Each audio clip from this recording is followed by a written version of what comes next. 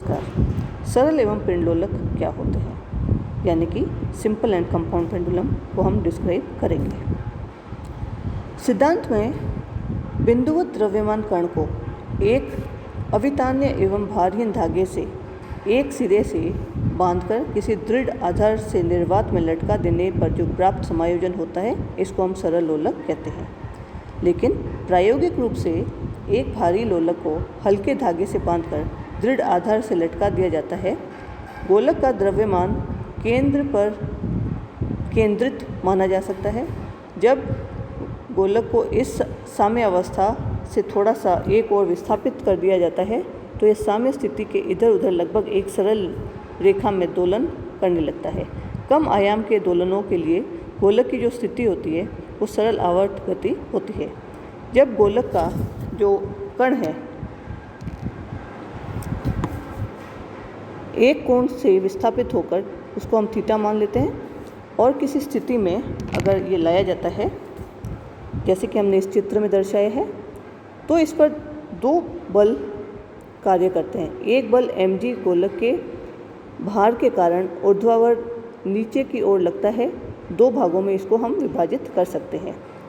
पहला है धागे की दिशा में mg cos थीटा, जैसे कि हमने चित्र में दर्शाया है, और दूसरा धागे के लंबवत दिशा में mg sin थीटा।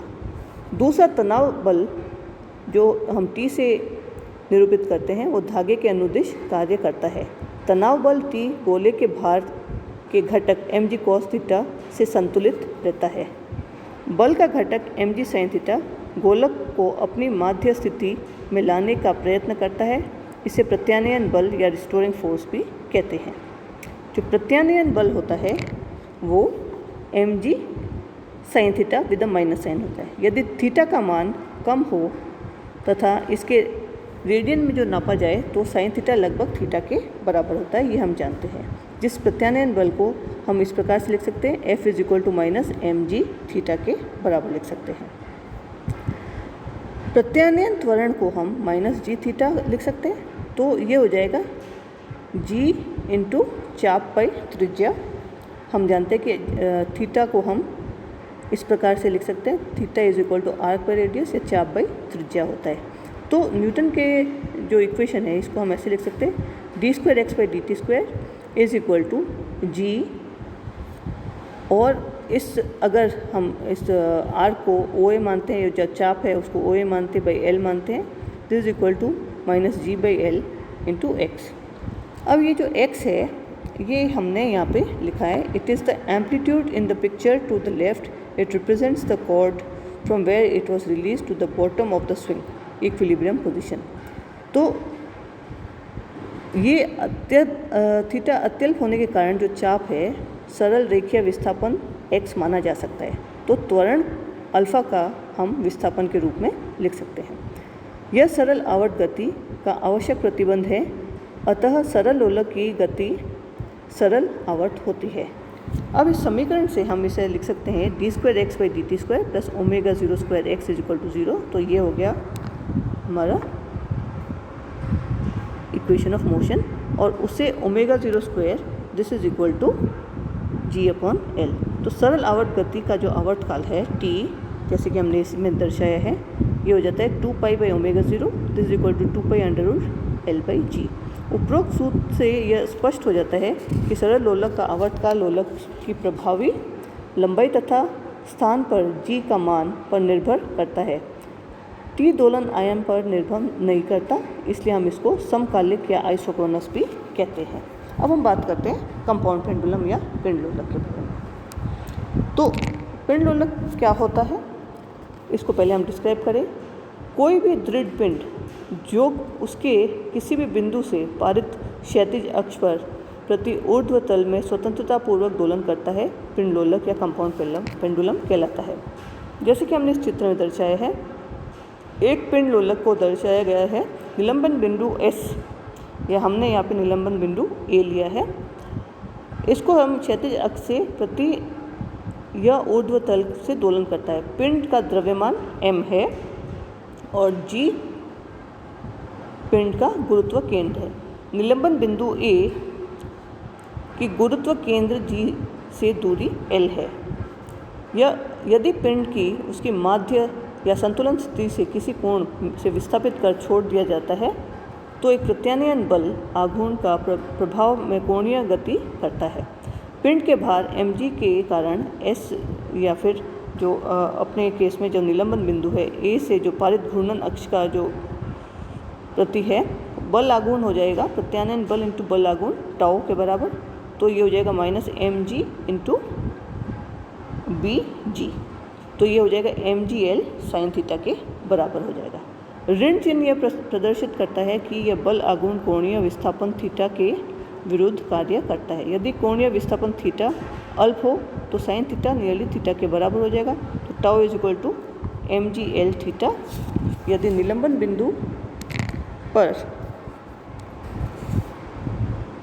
क्षैतिज अक्ष के प्रति पिंड पर जड़त्व आघूर्ण I है तो बल आघूर्ण I अल्फा ये हो जाएगा I d square theta by dt square.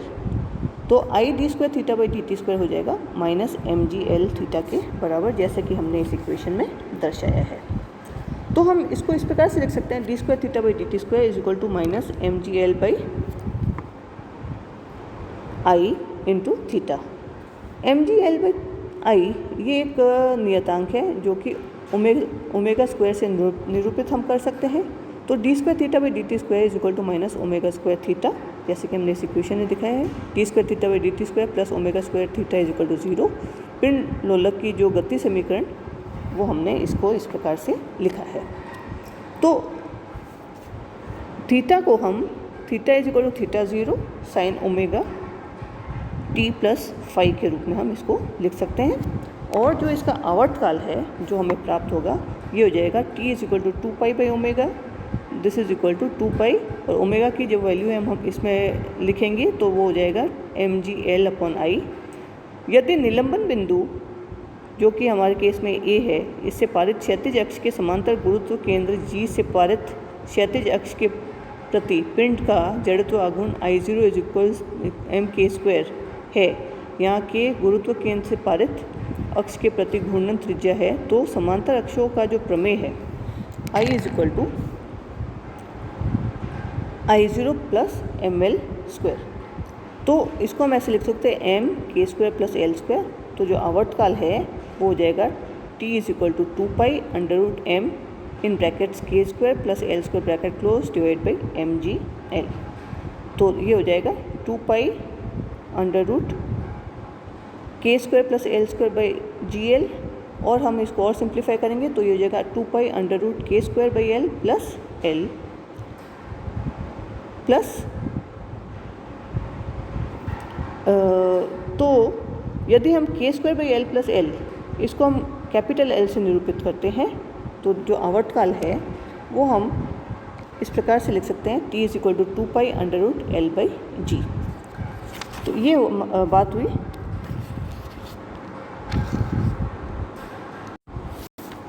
जो आवर्तकाल है वो हम इस प्रकार से दिखा सकते हैं t is equal to 2 pi under root capital L by g, और कैपिटल L हमने यहाँ पे पहले बताया है this is equal to k square by l plus l। तो अंत में हम ये बता सकते हैं कि जो आवर्तकाल है अगर हम इन बिंदुओं को विपरीत कर देते हैं, यानी कि पिंड के जो बिंदु A है इसे निलंबित करने का जो पिंड का जो आवर्तकाल का जो समय है अगर हम इसको चेंज कर देते हैं तो हम प्राप्त करते हैं कि जो आवर्तकाल है वो भी उस आवर्तकाल के बराबर है जो हमने पहले प्राप्त किया। अब इसका जो गणितीय विश्लेषण है वो अगर हम करना चाहें तो t डैश, इसको अगर हम t डैश से निरूपित करते हैं जैसे कि हमने इस यहाँ पे दिखाया है, this is equal to 2 pi bracket में k square by l dash square plus l dash square upon g. l dash का मान अगर हम रखते हैं तो ये हो जाएगा t dash is equal to 2 pi under root k square divide by k square by l plus k square by l divide by g. तो ये हो जाएगा 2 pi under root l plus k square by l divide by g, ये t के बराबर हो जाएगा। तो ये हमने बात करी है थोड़ी बहुत पेंडुलम के बारे में जो कि प्रयोगशालाओं में भी इस्तेमाल होता है। इसका नाम केटर्स पेंडुलम भी होता है और हमारी लैब में भी है। इसको हम लैब में भी आपको बताएंगे। धन्यवाद।